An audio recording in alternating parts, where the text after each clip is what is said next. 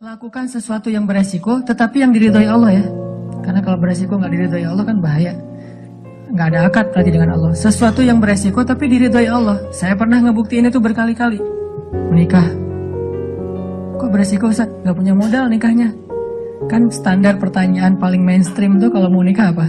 Dari calon mertua. Kerjanya apa gitu kan ya? Paling mainstream tuh. Kalau saya ditanya kerjanya apa? Belum punya pekerjaan. Terus gimana ngasih makan? Allah yang ngasih makan. Tapi pede jawabnya, sampai mertua juga belum lagi ngeluarin dalil ya. Kan ustadz lah ya, banyak dalil ya. Ayat, hadis, banyak lah udah saya kumpulin bisa jadi satu buku tuh. Khusus ayat dan hadis untuk melamar.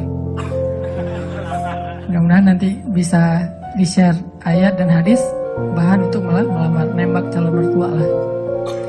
Pak, itu ada tuh hadis ya, cuman saya agak-agak ragu nih bunyinya kayak gimana tuh, kurang lebih sih yang pernah saya dengar dari Ustadz nih hadis sahih loh Pak. Kalau datang seorang pemuda yang baik akhlaknya gitu kan ya, jangan ditolak. Itu saya pernah dengar, Bapak pernah dengar? Pernah sih. Nah gimana Pak? Saya beres langsung urusan. Masa dia mau nolak hadis kan ya? Ingkar sunnah tuh udah jadinya bahaya. Duh jangan pakai hadis deh dan segala macam. Nggak mungkin dia ngomong kayak gitu. Nikah tuh nggak punya modal tapi ya bismillah aja lah, gambling kan. Masa saya mau taat kepada Allah dibiarin telantar kan gak mungkin. Kan menikah itu untuk taat kepada Allah kan. Gua hawa nafsu, emang hawa nafsu. Masa nikah gak pakai hawa nafsu? Ini ada yang keliru di masyarakat kita. Katanya gak boleh menikah karena hawa nafsu. Bukankah nikah itu adalah solusi buat hawa nafsu? Oh nikah gak karena Allah tuh, karena nafsu. Gak berbenturan dua hal ini. Tapi kalau dia menikah karena hawa nafsu dan ingin menghalalkan dengan terhormat hawa nafsu itu namanya karena Allah. Nggak ada cerita karena Allah berarti nggak melibatkan hawa nafsu. Nggak kayak gitu sih bahasanya. Sama kayak kita kerja nih. Lo kerja karena pengen gaji itu bukan karena Allah. Pengen gaji dan karena Allah itu nggak berbenturan. Kenapa kita pengen gaji? Karena kita pengen mendapatkan rezeki yang halal dan menafkahi keluarga. Dan itu semuanya karena Allah. Jadi nggak dibilang, gue jangan mengharapkan gaji, harapkan pahala. Pahala itu salah satunya gaji. Karena pahala dalam bahasa Arab nggak ada pahala, yang ada al-jaza, al-ajru. Al-jaza itu artinya balasan, al-ajru itu artinya upah. Upah itu bisa dalam bentuk kesehatan, bisa dalam bentuk materi uang, bisa dalam bentuk kebaikan di akhirat, bisa dalam bentuk terhindar dari api neraka, dan seterusnya. Itu al-jaza, al-ajru. Termasuk mendapatkan hak kita dalam sebuah pekerjaan. Nggak masalah mengharapkan saya kerja di Telkomsel, kenapa? Gajinya gede. Nggak apa-apa. Selama yang kita dapatkan itu halal. Tapi kalau yang kita kejar gaji gede dan syubhat, apalagi haram, itu bukan karena Allah. Termasuk menikah. Menyalurkan, kenapa kamu menikah? Karena saya pengen menyalurkan kebutuhan biologi saya secara halal. Wah, nggak karena Allah nih, nafsu nih. Emang nafsu, emang kenapa? Bukankah Allah mengatakan litaskunu ilaiha? Apa arti litaskunu ilaiha? Supaya tenang, supaya jadi nyaman, gejolak di dalam diri kalian dengan cara kepadanya. Itu bahasa. Dan di Al-Mu'minun juga dikatakan walladzina hum li furujihim hafizun. Kalau nggak bisa hafizun, maka dia salurkan. Gimana cara nyalurinnya? Dua. Illa ala azwajihim. Yang kedua nggak usah dibahas. Yang satu aja. Illa ala azwajihim, kepada istri mereka. Bukan istri mereka, istri-istri mereka. Illa ala azwajihim. Kalau dia menyalurkan dengan cara yang lain selain yang dibolehkan kayak gitu, kata Allah, faulaika humul adun. Dan Allah nggak suka kepada orang yang melampaui batas. Jadi menikah karena Allah, karena saya ingin menyalurkan kebutuhan biologi secara halal misalnya. Makanya mencari yang sesuai dengan kriteria masing-masing. Kalau misalnya ada yang kriterianya harus yang Arab, cari aja Syarifah, Habaib apa. Kalau Habib perempuannya Syarifah kan ya. Atau saya pengen yang Oriental, pergi aja ke Korea lah atau ke Jepang. Saya pengen yang misalnya etnik, nah, bisa di Indonesia misalnya. Ini mas selera, nggak masalah. Bukankah Nabi justru mengatakan memilih perempuan itu yang pertama justru fisiknya? Walaupun yang paling berharga bukan fisik, tapi tetap ditaruh yang paling depan. Karena itu yang ketahuan duluan kan. Kita nggak mungkin tahu kesolehannya langsung ketika awal ketemu, ini soleha banget nih, belum tentu.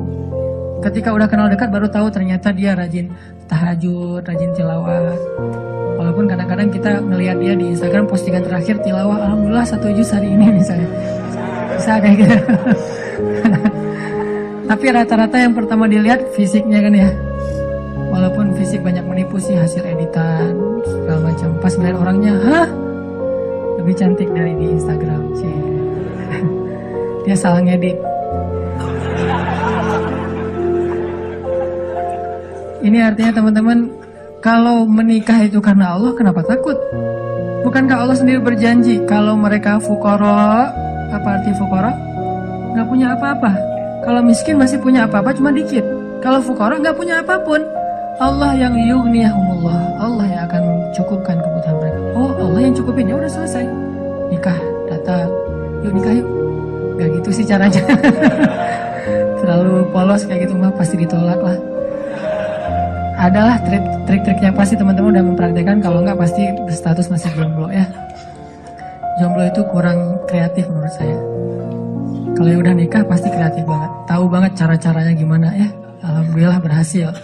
Setidaknya untuk dia berhasil setelah puluhan orang yang gagal misalnya. Kalau yang jomblo nih kayaknya harus latihan nih, belajar kepada yang udah nikah, nanti di kantor sambil istirahat sharing deh. Gimana dulu nembak calon istri? Gitu aja. Gimana gitu aja, tahajud dulu. Ya Allah yang membolak-balikan hati dia memang ada di dalam tubuhnya, tapi pemiliknya bukan dia, tapi Engkau ya Allah. Setahu saya nih, dia kayaknya hatinya ke si fulan. Dah saya mah gak bisa kecuali dia. Ya Allah, ya Allah, ya Allah. Akhirnya berhasil. Dan saya ngebuktiin itu banget. Saya sering bilang, saya itu bukan tipe istri saya loh. Sangat bukan tipe istri saya. Ada 4 hal yang pantang buat istri saya, 4-4-nya ada di saya. Subhanallah. Kok bisa berhasil? Ustaz.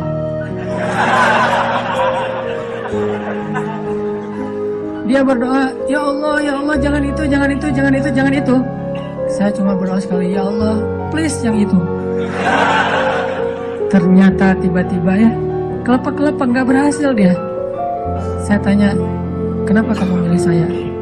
Bukankah 4-4-nya ada pada saya? Pertama, gak mau orang Sumatera. Katanya orang Sumatera itu keras. Saya dulu orang Sumatera itu keras. Orang Aceh, Sumatera, kuliah di Mesir. Tidak Mesir mah, Sumateranya Arab. Kan Arab juga ada Sundanya, ada Jawa ya. Sundanya Arab itu kayak Yaman. Itu Sundanya Arab, lembut-lembut. Sampai Nabi sendiri mengakui kan, orang Yaman itu hatinya lembut. Kalau Jawanya Arab itu yang ulet gitu kerja itu Palestina. Karena Palestina itu terkenal dengan keteguhannya. Tapi kalau Sumateranya Arab yang ngomongnya keras gitu, belak-belakan, spontannya luar biasa, itu Mesir banget. Di Mesir nggak ada ceritanya kita nunggu Damri, itu nggak ada. Yang ada ngejar Damri. Kita nunggu di halte, Damri ngeliat kita makin iseng tuh, dicepetin. Mahasiswa cepat begitu. Kita lari ngejar. Yang nggak biasa naik Damri itu mahasiswa Malaysia, karena mereka kan beasiswa dari kerajaan, sehingga dianjurkan jangan naik Damri, naik taksi. Tapi kadang-kadang mereka kehabisan duit juga naik Damri. Begitu turun, berlawanan arah, itu ngegelundung tuh. Kita di atas ketawa-ketawa aja, Malaysia. Bukan negaranya, yang orangnya karena terbiasa naik taksi, naik MRT. Dan kita mah Damri, desak-desakan. Kalau udah ramai di dalam Damri marah-marah, sallu ala Nabi, udah sallallahu alaihi wasallam. Cara paling sederhana mendamaikan orang di Mesir itu suruh salawat. Humar segala macam. Mereka kalau ngomongnya kasar tuh nyebutnya humar, keledai. Karena keledai itu kan simbol hewan yang bodoh di Al-Quran kan. Ya humar gitu dan segala macam humar. Sallu ala Nabi sallallahu alaihi wasallam. Mulai lagi gitu. Tapi pas salawat mereka bisa cooling down dulu dikit. Saking menghargai Rasulullah ya. Kadang-kadang ada juga yang sambil marah. Sallu ala Nabi sallallahu alaihi wasallam. Di Mesir, orang Sumatera kuliah di Mesir, kebayangan? Udah Sumatera itu mungkin agak keras, kuliah di Mesir. Jadi wataknya tuh terbentuk dengan 2 negeri. Alhamdulillahnya ketemu orang Jawa yang mungkin beda banget dengan Sumatera. Gak mau dia orang Sumatera. Saya Sumatera. Sumatera Aceh pula. Dan Aceh di tempat markasnya GAM. Aceh PD. Jadi itu kan gam dulu banyak di situ ya. Terus yang kedua nggak mau yang kulitnya dof. Kebanyakan ke pantai misalnya. Saya nyebutnya nggak dof sih, nyebutnya eksotis gitu. Ketiga nggak mau yang berewokan. Nggak usah tanya kenapa. Keempat nggak mau anak pesantren. Ini juga nggak tahu kenapa nih. Empat-empatnya ada di saya nih. Ya Allah, please jangan itu. Ya Allah, saya pengennya itu. Kuat-kuatan doa. Ternyata doa saya lebih diijabah. Tadi kan, Ustaz. Pas ketemu sama dia, kenapa kamu mau sama saya? Padahal empat-empatnya ada di saya. Karena kamu punya yang kelima. Apa? Hati kamu. Nggak gitu sih ngomongnya. Yang jujurnya bukan itu mah versi jaim ya. Kalau versi jujurnya, kenapa? Karena kamu pelet gitu ya. Peletnya pakai apa? Pakai Al-Quran. Begitu ketemu, Bismillahirrahmanirrahim. Ria-ria dikit lah. Tapi ria untuk kebaikan kan, biar dapat seseorang yang sesuai dengan isi hati. Ngeklik langsung, ya Allah, berhasil. Dan setelah itu, biarin Allah aja yang ngatur. Mau kerja apa, mau tinggal di mana. Ternyata alhamdulillah saya ngerasain justru rezeki itu Allah mudahin setelah menikah. Dulu awal-awal saya datang ke Bandung, kita ngontraknya itu di rumah yang tempat pembuangan sampah di Tegalega tuh, di salah satu lapangan di Bandung, di pojok Tegalega itu ada pembuangan sampah. Kita tinggal di situ. Paling murah soalnya di situ. Mulai saya usaha nerjemahin buku, nggak ada yang mau nerbitin. Terjemahannya jelek katanya. Ya udah deh. Mungkin bukan terjemahannya yang jelek, lihat muka saya dia sebel. Banyak orang yang lihat muka saya tuh sebel, termasuk tadi calon istri saya pertama ngeliat muka saya, apaan sih ini orang kayak gini banget. Sekarang kok gini banget ya kamu? Tuh, terjemahin buku nggak bisa. Akhirnya saya nulis buku sendiri, karena nggak bisa nerjemahin, nulis aja sendiri. Capruk aja pokoknya, nulis apa yang bisa ditulis. Ditaruh ke penerbit juga nggak ada yang mau nerbitin. Ada satu-satunya penerbit mau nerbitin, katanya royaltinya sedikit banget dan bayarnya setahun sekali. Bayangin, royalti setahun sekali, sedikit sekali lagi tuh. Akhirnya saya terbitin sendiri, jadi penerbit, jadi direktur, jadi penulis, jadi kuli. Angkat buku pakai kotak Marlboro, lintasin Jalan Soekarno-Hatta, ngirim ke Sumatera, Kalimantan. Pelan-pelan akhirnya usaha nambah dari penerbitan ke jual pulsa. Jadi saya dulu pernah jadi vendor gitu sih, bahasa kerennya, vendor Telkomsel gitu ya. Saya tuh jual pulsa, ada 60 cabang pulsa di Bandung sebelum ada di Alfamart dan Indomaret. 60 cabang pulsa. Terus nambah lagi ke jual beli mobil second. Beli, jual, dikira orang kaya banget, padahal gonta-ganti aja karena emang dijual. Tapi yang harga murah di bawah 100 juta, bukan yang mobil-mobil mahal. Terus coba-coba di properti. Ternyata Allah mudahin setelah menikah. Karena kenapa? Allah yang janjiin. Allah nggak mungkin ingkar janji. Gambling dikit lah di awal. Tapi di tengah dan di akhir kita akan melihat banget gimana Allah